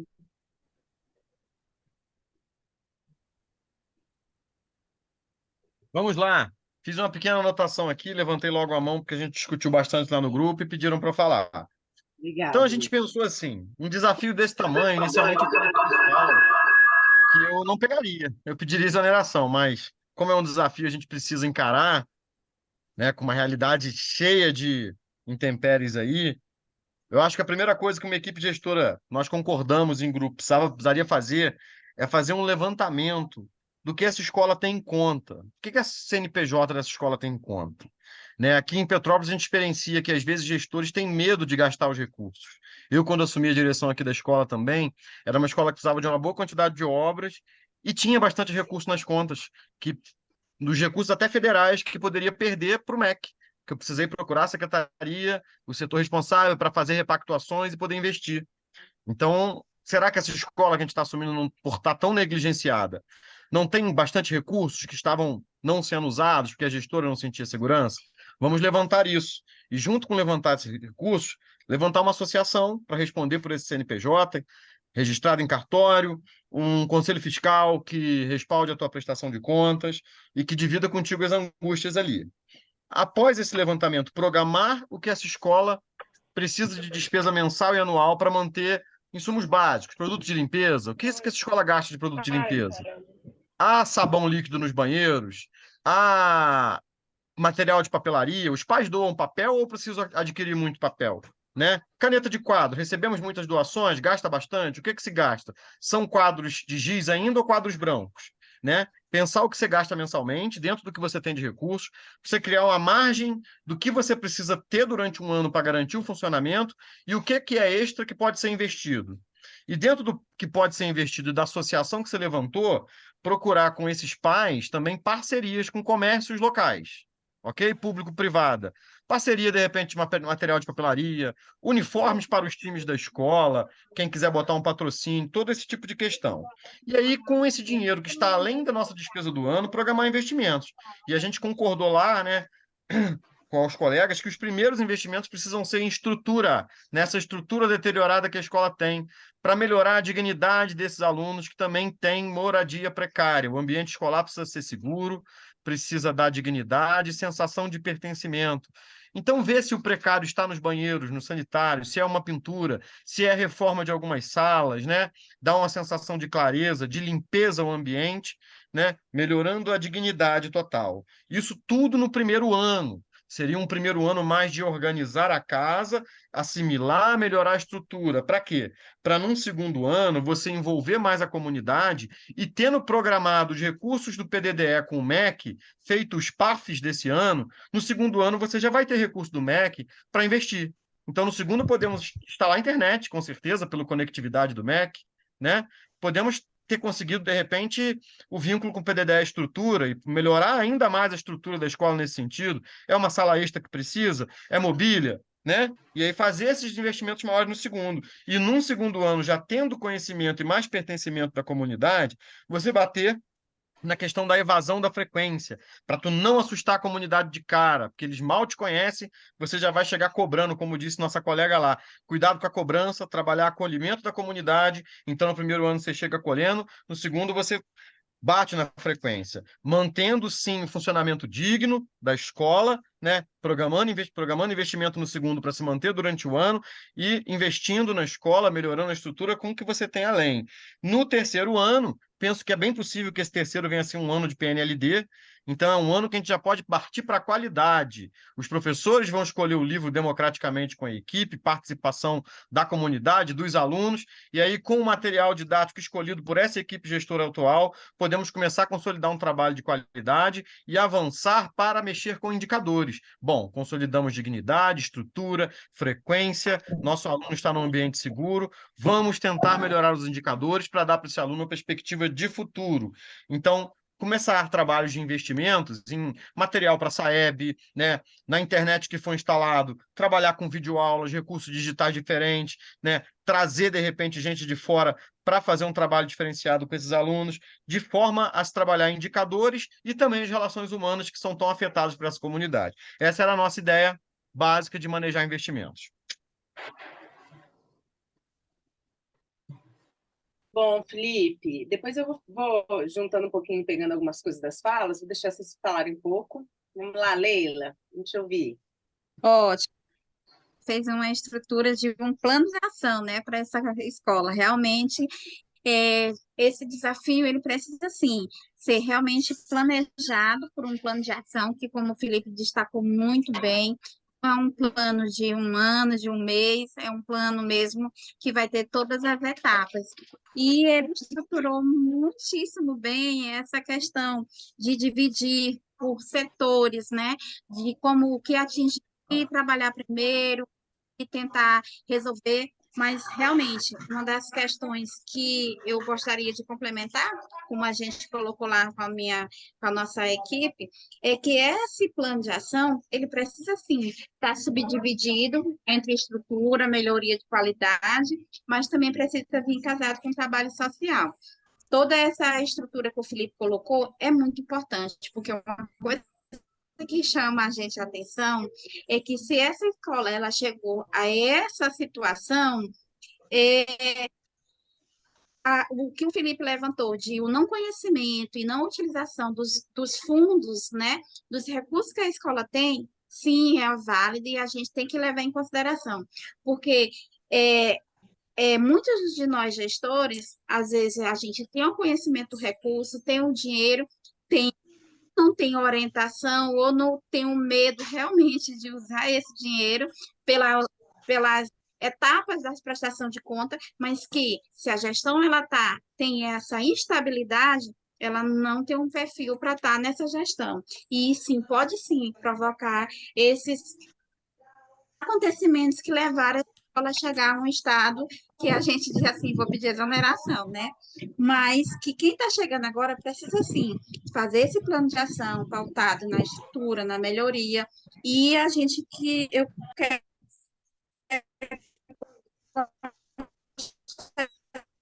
te destacar que, como o Felipe colocou, a gente tem que começar pela estrutura, mas também tem que fazer um paralelo, acolher a comunidade, se apresentar, dizer qual é o objetivo que a escola vai ter a partir daí e fazer um estudo de que outros fatores realmente fez esse afastamento do aluno à comunidade, porque são 3 modalidades. A gente tem alguns pontos que foi destacado de trabalho infantil. Essa questão do trabalho infantil tem que ser trabalhada a família, né? Para que a família volte o aluno para casa, para a escola. E a escola, ela tanto sim, com a estrutura, com uma qualidade onde o aluno se sinta acolhido, a gente vai sim conseguir reverter. Mas também um ponto muito importante, como é que está essa equipe dessa escola? Porque a escola não tem estrutura, o aluno está indo embora, a família não tem participação, equipe. Como é que essa equipe está? A equipe escolar. Namorado. Como é que está a motivação? Então, também é um ponto importante, porque senão vai correr o risco da escola ter uma estrutura de qualidade, uma situação financeira onde possa estar investindo na qualidade e a equipe, será que vai estar pronta ou será que ela já está desmotivada ou precisa ser motivada, precisa ter uma reciclagem para que essa situação, problema, realmente venha a mudar, porque não é só a estrutura.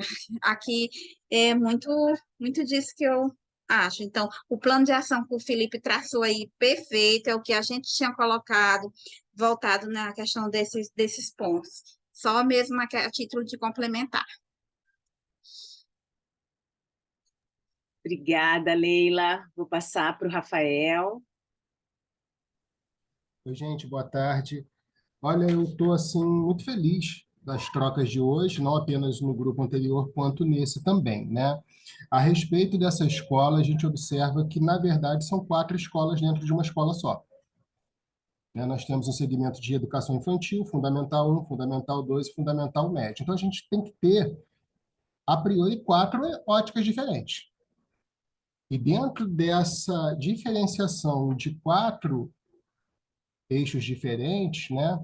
A gente, conforme o Felipe e a Leila falaram muito bem, a gente fazia a sondagem de anseios dessa comunidade. O que eles desejam, né? Para que a gente possa elencar, primeiramente, as ações que vão ser pertinentes para cada eixo. Trabalhar um planejamento futuro diante dessa realidade que nós temos. Se a gente não destrinchar essa escola nesses 4 eixos diferentes, e aí eu falo não apenas no que diz respeito à parte pedagógica, que é o produto principal das nossas empresas, mas também na parte humana, a gente não vai conseguir chegar a lugar algum. Junto com o caminhar pedagógico, junto com todo o amparato estrutural, junto com toda a capitalização e utilização de verbas que nosso amigo Felipe falou muito bem, e ele é ótimo nisso, ele é da mesma cidade que eu, né? A gente tem que ter um olhar humano, entender o que vai ser necessário, de modo que a gente consiga, de fato, efetivamente despertar o pertencimento nessa comunidade. E, a partir daí, entender lá atrás o que aconteceu, para essa escola chegar nessa magnitude. Vou dar um exemplo da nossa escola aqui, da nossa região, da nossa cidade, há 12 anos atrás, onde nós tivemos o georreferenciamento. Passou um governo municipal por aqui que promoveu o georreferenciamento da rede municipal. Na escola onde eu estou hoje, foram abrigadas mais 2 escolas. Então, até hoje, nós temos segmentação dessa fusão que não foi planejada e não foi preparada para isso, né? Então, há um caminhar para que a gente consiga, né, aos poucos, ajustar toda essa questão. Mas isso só vai dar certo, né, se a gente não esquecer, Jaú, de olhar também para essa parte existencial, essa parte da família, né? O que está acontecendo, né? Qual vai ser a pegada que eu, enquanto gestor, vou dirigir para a educação infantil? Quais os recursos eu tenho que eu vou poder colocar lá? E no meu produto final, quando eu entregar o meu aluno para a sociedade aos 17 anos, no final do ensino médio, o que eu quero promover para esse aluno, né?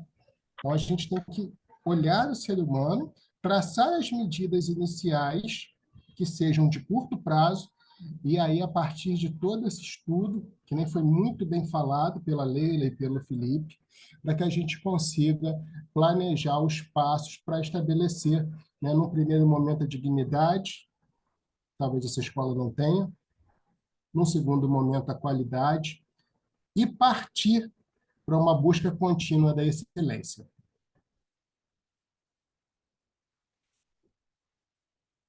Vou passar para a Alânia, e aí a gente faz um apanhadinho. Ok.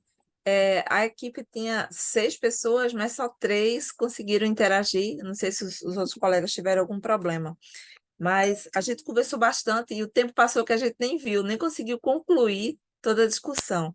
Mas uma coisa que a gente fez foi usar a trilha Lab. E aí a gente tentou, né, analisar o contexto da escola, e a gente viu também a questão da quem seriam, como mobilizar, né, os agentes de mudança. A gente pensou em entrar e tentar investigar como é que está a vida financeira dessa escola, como é que está a vida legal, né, a saúde legal dessa escola, se está funcionando tudo direitinho, se tem conselho escolar, se tem uma ata, se está tudo registrado. Por que a escola chegou nessa situação? Então, a gente precisaria usar a questão da escuta, né? Reunir professores, funcionários, a comunidade escolar, chamar o conselho escolar também, fazer reuniões com esses grupos e tentar entender o que é essa escola, como ela chegou até aí, né? E depois a gente acionaria alguns entes, porque como é uma escola municipal, é uma escola que tem responsabilidade do município, faz parte de uma rede. Então, a gente pensou em acionar o conselho escolar, como tinha falado, para ver se ele está ativo ou não, fazer alguns direcionamentos via ofício para os departamentos necessários, tentar conversar com o secretário da Educação, acionar o conselho municipal, fazer levantamento dos problemas e de quais departamentos a gente poderia encaminhar, né? Ver a questão do CNPJ da escola, e aí a gente iria definir as prioridades. E como sempre a prioridade é a questão dos alunos, né, do aprendizado, a gente ia tentar escutar um pouquinho da comunidade, dos pais, dos alunos e dos professores, porque como o colega falou agora há pouco, a questão da dignidade é muito importante. Imagino como é que o professor se encontra num ambiente desse, numa situação dessa. Deve ser bem, bem triste, porque eu costumo dizer para os meus colegas que quando a gente desiste de fazer o nosso melhor, é melhor a gente parar. Porque é muito complicado quando a gente não está desmotivado, o professor não tem vai para trabalhar, ai meu Deus, vou levantar para trabalhar. É muito triste. Então, quando a gente consegue motivar o nosso grupo, o nosso corpo docente, consegue começar a contagiar com essa vontade de fazer, então vem soluções, vem várias sugestões. Aí as colegas começaram a falar, poderíamos ver a questão de trabalhar com videoaulas, ver a questão da internet, ver a questão de um campeonato em alguma coisa, dependendo do espaço, se tivesse quadra ou não, né, para tentar estimular esses alunos. Mas a gente não conseguiu terminar a discussão, mas o que eu achei interessante nisso tudo é que a gente conseguiu conversar com pessoas de regiões diferentes e ver que alguns municípios se apresentam, né, tem uma dinâmica diferenciada, mas tem um corpo em comum.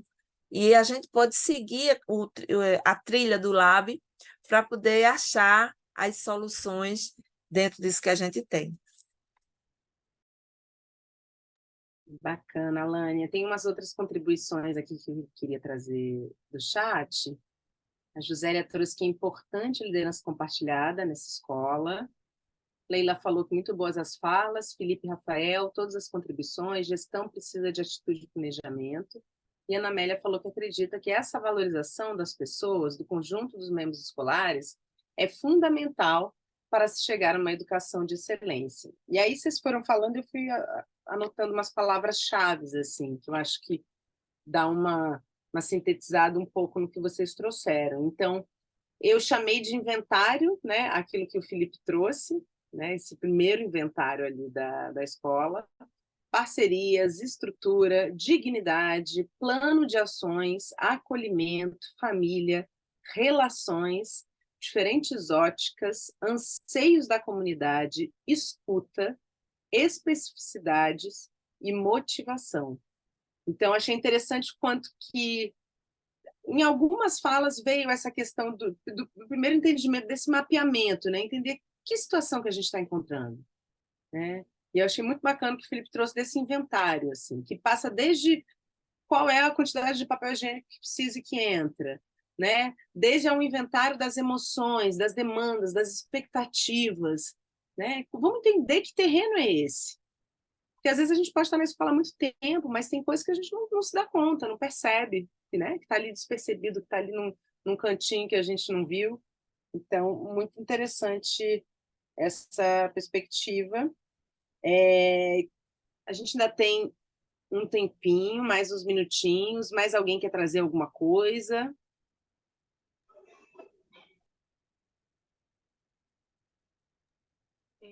Nós falamos muita coisa do que foi falado e também falamos das parcerias, né? Da importância de você conhecer toda a comunidade ao redor e fazer parcerias também, que às vezes sozinho você não dá conta, mas com as parcerias também ajuda. Legal, Gisélia. Girlene? Só dar uma contribuição aí a respeito desse estudo de caso, assim, uma verdadeira exemplo de prática de liderança compartilhada, né, como você falou, a questão da mobilização dos atores, né, o enfrentamento de uma escola com os desafios, assim, bem complexo, bem intenso, né, que precisa movimentar vários atores para poder dar o início desse trabalho. É um planejamento estratégico que precisa priorizar as ações, partindo da infraestrutura, partindo de todos os princípios daquilo que a gente pode dizer, o que temos, né? Qual a equipe que nós temos, para onde queremos seguir, como fazer, como desenvolver. Então, na verdade, é um verdadeiro planejamento estratégico que precisa se priorizar cada ponto. É um planejamento de curto prazo, de longo prazo, com algumas ações de médio, curto, longo prazo, e aí se priorizar aquilo que precisa ser o foco principal, que é trazer os alunos para dentro da escola, e para isso precisa se movimentar a assistência social, com a questão das famílias, questão da saúde, porque a gente falou aí também no estudo de caso, gravidez, econômico, tantas coisas. Então, é um trabalho participativo que vai precisar envolver muitas instituições, a questão dos conselhos tutelares, para poder chegar nas famílias. A gente viu que falta desinteresse, né, das famílias de levar as crianças para a escola. Eu vi um ponto também no estudo de caso que tem uma equipe pedagógica bem dedicada, mas é super sobrecarregada. Então, é descentralizar o trabalho estratégico, descentralizar as ações, divisão de tarefas, tomada de decisões assertivas, que não são, um trabalho, um verdadeiro exemplo de liderança compartilhada, democrática, trabalho coletivo. E aí eu creio que seja o resumo de toda essa vivência, né, dessa liderança inspiradora, né, desenvolver essa liderança compartilhada, democrática, transparente, chegar nesse trabalho participativo, né, de colaboração, acima de tudo. E eu estava aqui pensando, Gilene, não sei o que vocês acham também, assim, porque essa questão da gestão dos recursos sempre surge como um dos maiores desafios, né, para gestores, para essas lideranças, né, que a gente tem acompanhado. E eu fico pensando no quanto também que é necessário um letramento orçamentário, vou chamar assim, um letramento orçamentário, que é de fato o entendimento, que eu acho que o Felipe trouxe muito bem a situação da estrutura, né, o município de Petrópolis está colocado, né? E aí, assim, primeiro esse entendimento, como é que se estrutura a situação da minha escola. Teve até gente que falou um pouco antes do intervalo, falou, e o que a gente faz quando isso não é claro, quando não é transparente, quando a gente está no município, né? E aí é, de fato, entender qual que é essa estrutura deficitária e com questões, mas entender qual é a estrutura. Entendendo a estrutura, o que eu preciso me capacitar e desenvolver de ferramentas e habilidades, e aí como que eu faço esse plano de ação, esse plano estratégico, né? Felipe, quer falar mais um pouco? Pode seguir. Então, dentro do que você falou, a questão do letramento, isso é muito importante para o gestor. Eu tenho certeza que tem gestores que, até pelo município onde atua, aqui, de repente até no nosso meio, ouviram falar nos programas do MEC ou na forma como a verba é repartida pela primeira vez aqui. Isso não poderia acontecer. O MEC não coloca diretrizes para que os gestores tenham pré-requisitos técnicos. O MEC poderia oferecer cursos como esse aqui, talvez não tão voltados para assuntos que esse voltam, mas pelo menos para a área financeira. Porque quando eu digo que a gente pegou a escola e o gestor anterior não tinha utilizado verba, não é porque ele é incompetente. Tem muita gente competente aqui na rede. Mas é porque muitas vezes o gestor se vê num quadro de insegurança jurídica que às vezes nem os técnicos da secretaria conseguem informar determinadas coisas. Quando o MEC tem um 0800, não sei se vocês conhecem, que eles te atendem, qualquer diretor do país de rede pública, eles vão te pedir o INEP da tua escola, vão te ver registrado, te atendem, te orientam, te informam, falam de problema de prestação e te elucidam um monte de coisas. E muita gente não sabe. Então, o diretor precisa desse acesso ao MEC para ele se sentir seguro juridicamente e letrado para fazer o que ele precisa fazer, que é ser um ordenador de despesas também, com as verbas da unidade escolar. Isso que você falou é muito coerente. Os gestores caem de paraquedas nas escolas, muitas vezes sem letramento administrativo e de gestão pública de recursos para lidar com aquilo que é cobrado dele. Exatamente, gente. E aí, como que a gente consegue fomentar e também, eu acho que mobilizar essas redes, né? Minha rede tem alguém que eu posso acionar? A secretaria tem uma abertura para uma conversa, para fazer essa capacitação? Eu consigo ver a experiência de outras escolas, né, que tem outros profissionais que estão à frente disso, né? Então, como é que a gente pensa essas parcerias também nesse sentido, né? Que a gente possa acionar. Quer falar, Maria Alice? Aí a gente já vai se encaminhando para fechar esse momento. É só rapidinho, é só assim, só como experiência da nossa rede, nós temos um setor na Secretaria de Educação que tem a gerência da prestação de contas, e é uma equipe já toda estruturada. E eles passam constantemente todo que a gente execute de forma fidedigna, né, a todo esse processo de utilização desses recursos, né? Hoje, mais do que nunca, a gente já está bem amadurecido, eles sempre estão encaminhando para a gente links de eventos que estão acontecendo voltados para essa questão do dinheiro, né, da unidade executora. Então, assim, nosso município ele tem esse trabalho bem focado nessa responsabilidade. Então, os gestores que são recém-chegados também, eles recebem toda a orientação necessária para que a utilização desses recursos seja feita da melhor forma possível. Obrigada, Maria Alice. Michele, eu vou abrir para você e aí a gente já vai encerrando, tá? Fazendo essa última fala, para a gente seguir. Então, a minha fala é bem rapidinha. É porque o Felipe falou em relação a ter um curso de letramento, né, nessa questão administrativa, mas tem cursos no AVAMEC disponíveis de forma gratuita. Eu já fiz alguns, eles têm em torno de 120 horas, alguns têm até mais de 200 horas, são cursos excelentes, que falam de todos os programas, definem, assim, não tem um que está mais atualizado, mas eles falam de todos os programas lá, tá bom? É só isso mesmo. Obrigada. Ótimo, Michele. Muito grata. Eu vou seguir aqui, gente, para a gente fazer essa síntese, que é isso, né? Não tem certo e errado, né, nos fazeres, mas é fundamental que, né, haja uma mobilização, né, mobilizar essa participação ativa de toda a comunidade escolar no processo de tomada de decisão, garantir que a equidade esteja na base de todo o processo, criar planejamento claro e objetivo,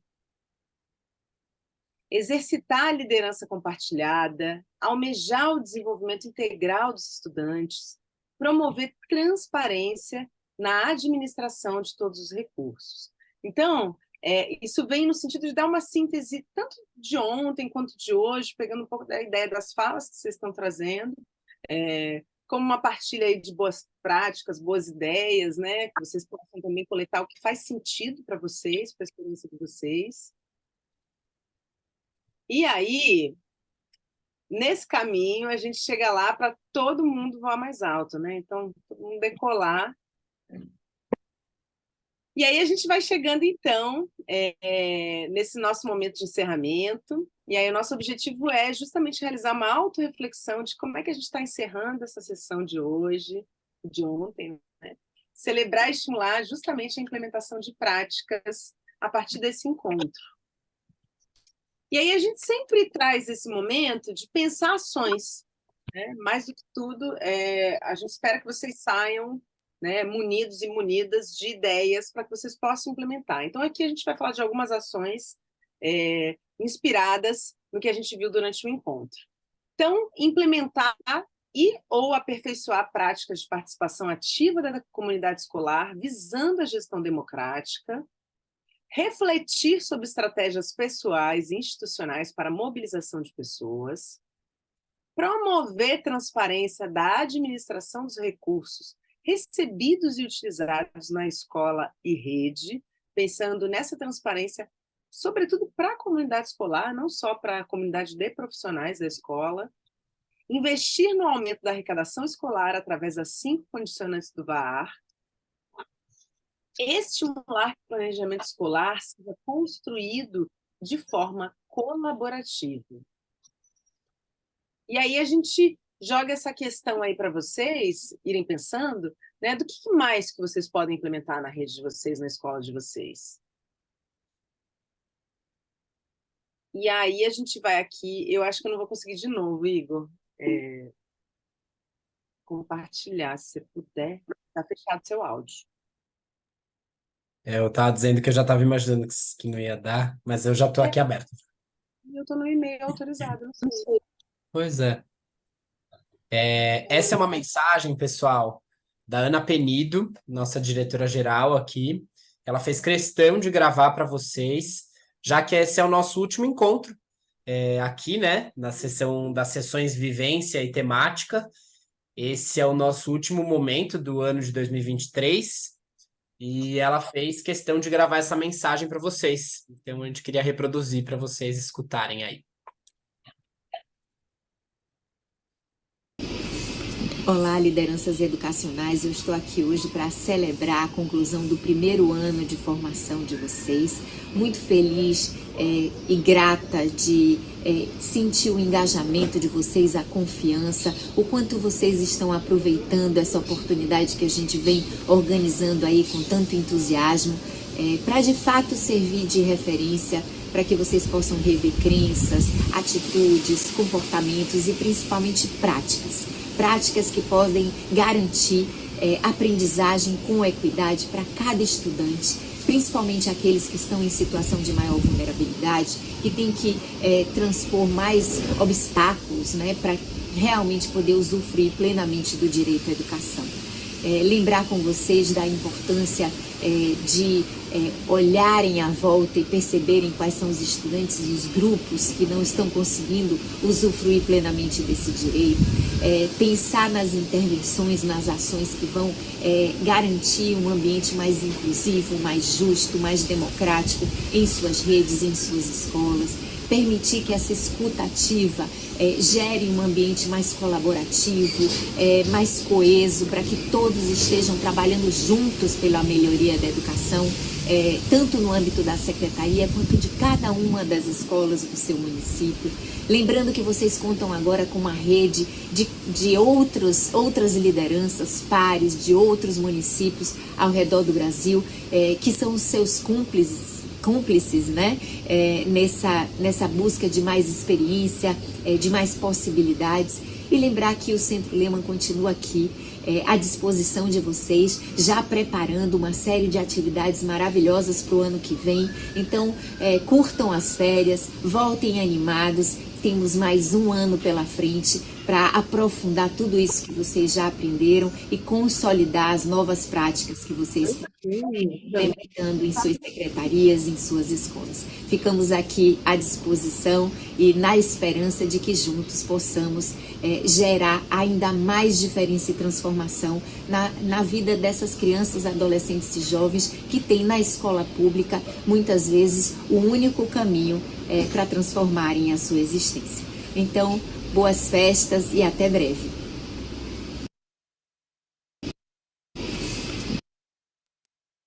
Obrigada, Igor. Gente, a gente está se encaminhando agora para o final. Obrigada as palavras todas aqui do chat.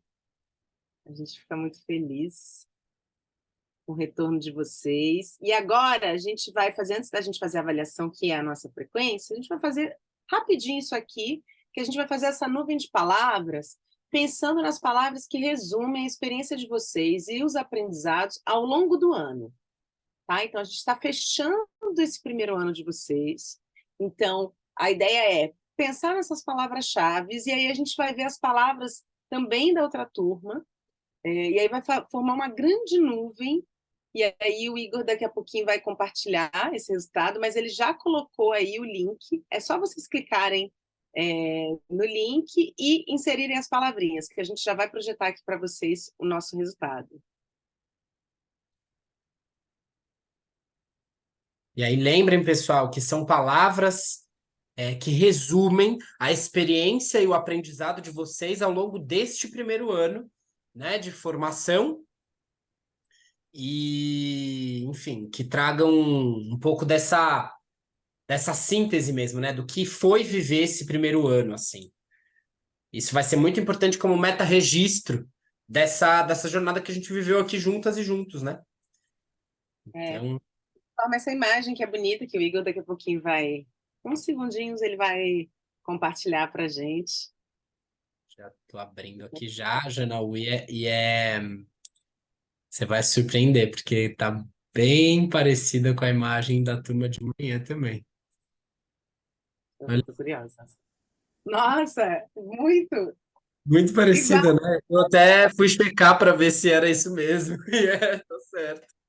E aí, gente, essas palavras maiores que vocês estão vendo aí no centro, que é conhecimento, aprendizagem e gratidão, são as palavras mais citadas. Então, quanto mais a palavra é citada, mais ela vai ganhando corpo, né? Ela vai ficando mais robusta. E foi exatamente as 3 palavras principais que a gente teve de manhã. Então, eu acho que mostra não só o nosso alinhamento desse grupo, né? Mas eu acho que o alinhamento do ano em si, né? De todas essas experiências formativas que vocês tiveram. Muito legal. Muito legal, né? E aí aparece, né? Conhecimento, aprendizado, aprendizagem, né? Crescimento, gratidão. Essa palavra maior que fica aí destacada, conhecimento. Eu acho que é importante a gente também destacar o quanto a gente quer construir um conhecimento que seja o que eu chamo de decolonial, né? Nesse sentido de que não reproduza uma lógica de escola que já não faz mais sentido, né? Que nos foi importada. Porque uma escola que realmente se preocupa e constrói caminhos na equidade é uma escola que faz um trabalho de releitura e que está muito mais preocupada com a experiência do estudante e a transformação da sua existência, né? Do que qualquer outro mero resultado acadêmico e profissional, né? Também são importantes os resultados para a gente sempre ir aferindo e entendendo quais são os caminhos, né? A avaliação é um instrumento pedagógico que faz sentido, mas ela não pode morrer por si mesma. Educação não é um produto, é um processo que precisa ser construído para a emancipação dos sujeitos, né? Então, é a partir dessa perspectiva que eu espero que a gente esteja construindo esse conhecimento com vocês, né? Um conhecimento que mais tem a ver com desconstruir conhecimentos para gerar um novo conhecimento do que qualquer outra coisa. Então, né, com essa fala também eu emendo aqui meu carinho assim de gratidão por vocês. Essa turma T23 que marcou também a minha entrada no Centro Lehman. Enfim, eu estou caminhando aí para o primeiro ano de Centro Lehman. Daqui a pouco vou soprar as velhinhas, mas queria agradecer muito vocês, né, pela oportunidade de também exercitar compartilhar, na verdade, esse sonho que eu tenho tão forte dentro de mim de construir uma educação com mais sentido, com mais qualidade, com menos opressão, né? E eu acho que com vocês eu estou podendo viver isso de um jeito que eu nunca tinha vivido na vida. Então fica minha gratidão por esse ano que a gente viveu juntos e juntas, e, obviamente, o que a gente vai viver ano que vem também, que tem muita coisa aí. Enfim, acho que é isso. Também agradecer, gente, mas tudo parabenizar vocês, né? A gente sabe o quanto não é qualquer coisa vocês estarem aqui, sexta-feira, um calor. Então é isso, que a gente possa se celebrar né? E se valorizar também nesse processo, nessa travessia, né? Que também tem que ser de festa, de alegria, de conforto, de abraço, de afeto, né? De acolhimento. E aí, gente, eu vou compartilhar com vocês aqui essa parte da nossa avaliação, lembrando os nossos próximos passos, que agora em novembro a gente tem dia 24, sessão de mentoria para secretários e secretárias, dia 28 para diretores e diretoras, 29 para técnicas e técnicos. Então, chequem ali a sua turma por e-mail. E aí ficou o recadinho, tirem férias, descansem. E aí, se tiver um tempinho ali, né, rolar de repente de dar uma retomada em atividades, conteúdos importantes, mas mais do que tudo, descansem, gente, descansem. E a gente pede para vocês avaliarem, então tem QR Code aí, colocar a câmera aí para abrir, e aí o Igor colocou o link também no chat, tá? Então, o link da avaliação, lembrando que o link da avaliação é o link de frequência, tá? Então, a gente pede que vocês preencham